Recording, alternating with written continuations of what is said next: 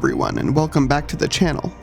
I am the Darklight Emissary, and this video is on the 5th Chaos God, the Outcast God, Lord of Anarchy, or Renegade God, Malal, or as he is known in modern lore, Malice. This topic came up in a comment on the previous video about Renegade Space Marine chapters that didn't fall to Chaos, and one of the channel subs, Mickey B, brought up in a comment how he wanted to see something on the Sons of Malice.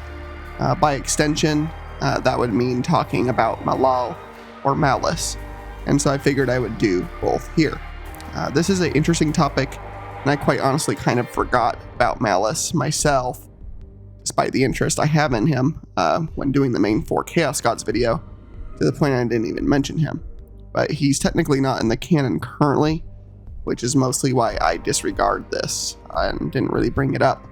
But I still think I have a theory of how the events in our real world could translate to in-lore canon reasons for Malal's absence in the setting in a larger way. So to start off, Malal was first created as a 5th Chaos God by a few part-time hired artists and creators for Games Workshop. And apparently in the UK, anything an artist makes, they own the rights to inherently, not the company they work for. At least just from basic reading, that's what I learned was kind of what was going on a bit. Games Workshop eventually fired these creators, and with them went the rights to use Malal, so he was basically removed from the canon after that. He was replaced in the fantasy version of Warhammer by 2 lesser gods, and everything talks about him as Malice in 40k, as a minor chaos god of sorts. Malice represents the aspects most chaotic about the realm of chaos in some ways. He represents chaos's own self-destructive tendencies, self-hatreds, the ultimate anarchy that chaos represents at its core. The 4 will never truly be united together as a single entity in some sort of harmony, and born from this inherent repelling, Malice fills that void. His demons and any other followers constantly meddle in and fight other forces of chaos, often with more fury than if they fought against the forces of the Imperium or some other hated enemy. Although don't get Malice wrong, he is no friend to the Imperium and is still just as much a part of the warp and its corruption as the other 4 are. He is just much more antagonistic towards all 4 all the time. Just as each of the gods has an opposite aspect, Malice is the reflected opposite of them all. He hates the fiery fury of Khorne, despises the capricious pleasures of Slaanesh, abhors the magics and deceptions of Tzeentch, and wants to expunge the foul pestilences of Nurgle. Malice would consume all 4 of them. What would happen if this were to ever occur? Not sure. But here is my theory regarding Malice and his current role or state in the 40k universe. One thing I think that isn't thought of enough is the true nature of the Chaos Gods.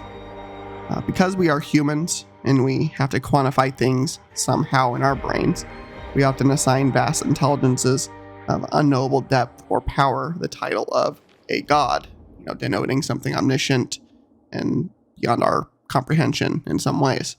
And since the 4 aspects of chaos each fit this, they are each known as a separate god to us. But I think it is a possible interpretation, instead, to see chaos as a single entity, one that has 4 parts and is simply at odds with itself at all times. It can't possibly separate itself out completely into 4 entities, completely separate from each other. And if anything, we know that the Chaos Gods spend much more time fighting amongst each other in their great game than they ever spend paying attention to real space, even though they lust after the souls there and run off of the emotions that start there. And since the warp is known as the realm of chaos, part of chaos itself is anarchy. Chaos implies destruction, but the warp adds emotion to it. Chaos from a volcano is not emotionally driven. It simply is. Now imagine that volcano becomes sentient and angry. That is what the warp does to chaos. It gives it purpose. And I wonder if the Chaos Gods, becoming sentient thinking beings of some sort, also give off their own emotions now, feeding further life in the warp they give birth to. And I wonder if one of these is Malice itself. Like, I wonder if chaos kind of self-perpetuates itself these days, basically. And if the chaos gods are a single entity, then really their warrings amongst themselves is a type of self-hatred and self-sabotage. And so, I wonder if Malice at one point in the setting would have been a powerful rival to the Four, and due to some climactic war, the Chaos Gods were able to shatter and absorb Malal into each of them as a small aspect of each. This would go to explain some of the erratic, self-destructing nature of each of the Four, and their inability to work together for any long length of time before things fall apart. This is something we see in the Horus Heresy era, where the Four work together for a time to try and bring down the Emperor, and instead they start sabotaging their own efforts in ways. Slaanesh basically gets bored of the siege of Terra, as we see with Fulgrim leaving and his sons. Tzeentch also seems somewhat absent, even with 1,000 suns operating there. They don't seem to do much to turn the tide, and even Magnus' efforts seem not super devoted truly to the cause. Mortarion also seemed a bit less focused on caring about truly taking the Emperor down versus just spiting his brother Jagatai in a one-on-one duel. Really only seemingly Angron and Khorne were truly focused on the prize, going for the Eternity Gate. Only 2 greater demons of Khorne seemingly were present, and no greater demons of the other 3 major gods fueling this conflict were there. No demon princes either. I find that weird. For all their efforts and hate for the Emperor, they seemed to unravel themselves when it mattered most near the end. Could this have been because Malal was assaulting them at the same time? I suppose we will never know. Is it because Malice lives in the heart of each of the 4, causing them to self-doubt themselves and each other at the same time? Sabotaging any of their plans? Not sure. These are all just my theory and thoughts on this stuff and how you could still work in a 5th Chaos God who seems to be missing, but was at least at one point thought to be just as powerful as the other 4 are. There has been some theorizing online that the Emperor could somehow be Malice, and some of it fits. The Emperor certainly is the opposite to the 4 Chaos Gods in many ways. However, my argument against whatever form of god the Emperor was, is, or will become, is that his powers seem to somehow purify warp energy into a form that obliterates completely chaos-tainted warp stuff. Malice is considered part of chaos himself, not an anathema to it. My thought would be that Malice also doesn't like the Emperor, but hates the other 4 beyond even the Emperor. Also, the Emperor does not represent anarchy or destruction in general. He seems to represent some pure form of warp energy that is a direct threat and replacement for the corrupt realm of chaos, which is why the Chaos Gods want him dead so badly. The Emperor is a threat to change the very nature of what the warp even is, and to the very survival of these Chaos Gods that rule it right now.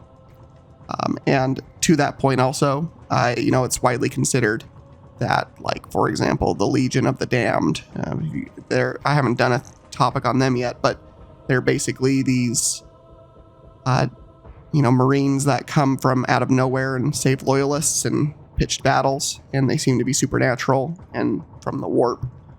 And it's highly thought that they are some form of demon aligned with the God Emperor in the warp.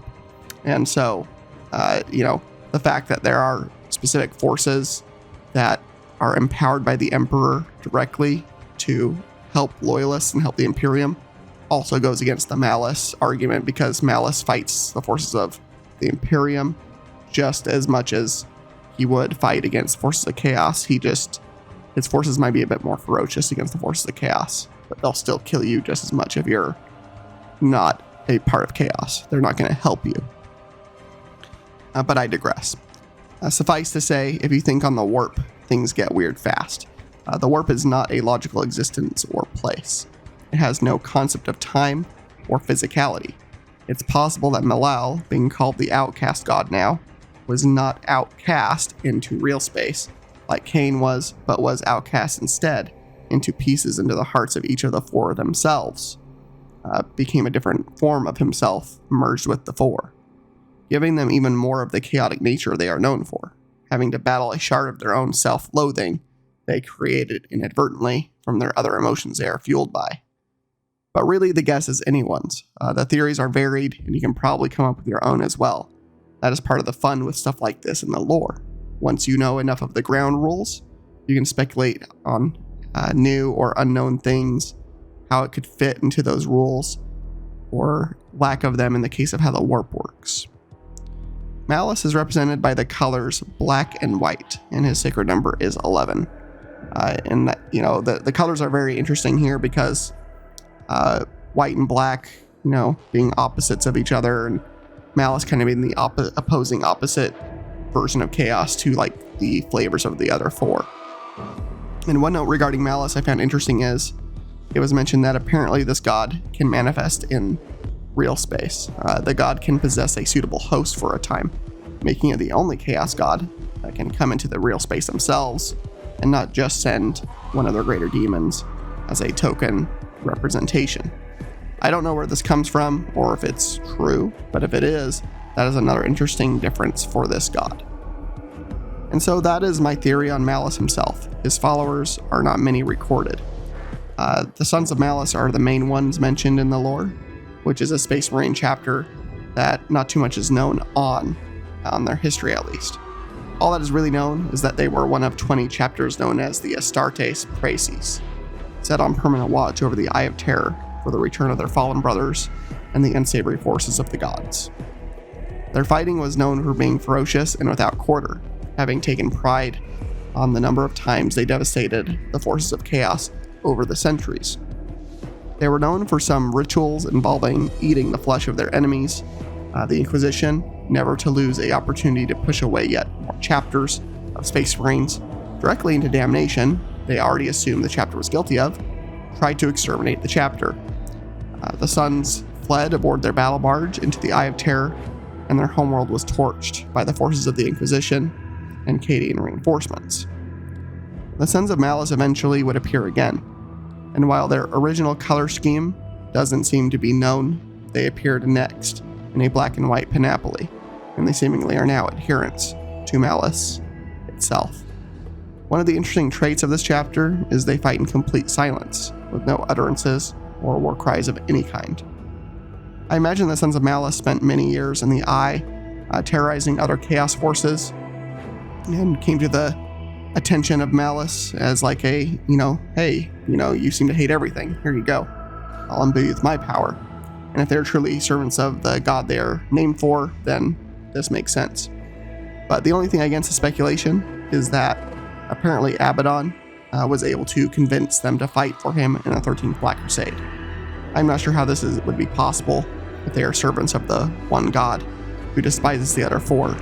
Chaos Undivided doesn't fit even in this case, and Chaos Undivided does not include the forces of Malal, I wouldn't think. I think they'd be the only outliers there. I am unsure if this is a lore oversight or GameWorks really doesn't believe in any form of the fifth god to exist anymore, but I am not sure what Abaddon could have offered them to convince them to work with him. Interesting to think about. So that is a bit about the fifth god of chaos and some of his servants. Please like and subscribe if you want to see more from me if you are new. I welcome you and thank you for your time. If you are one of the people that have been here since the beginning or even an hour ago, thanks so much for your support, of course, as well. It means a ton and spurs me forward to do the work in making these.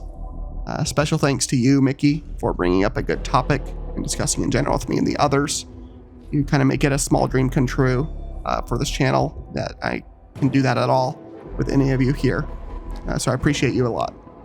If any of you have one of these topics for me, please leave a comment or request on a subject, and I'll possibly cover it in a next video. Bring your light into the dark places, and I will see you in the next one. Thank you, and have a great day or night, wherever you are.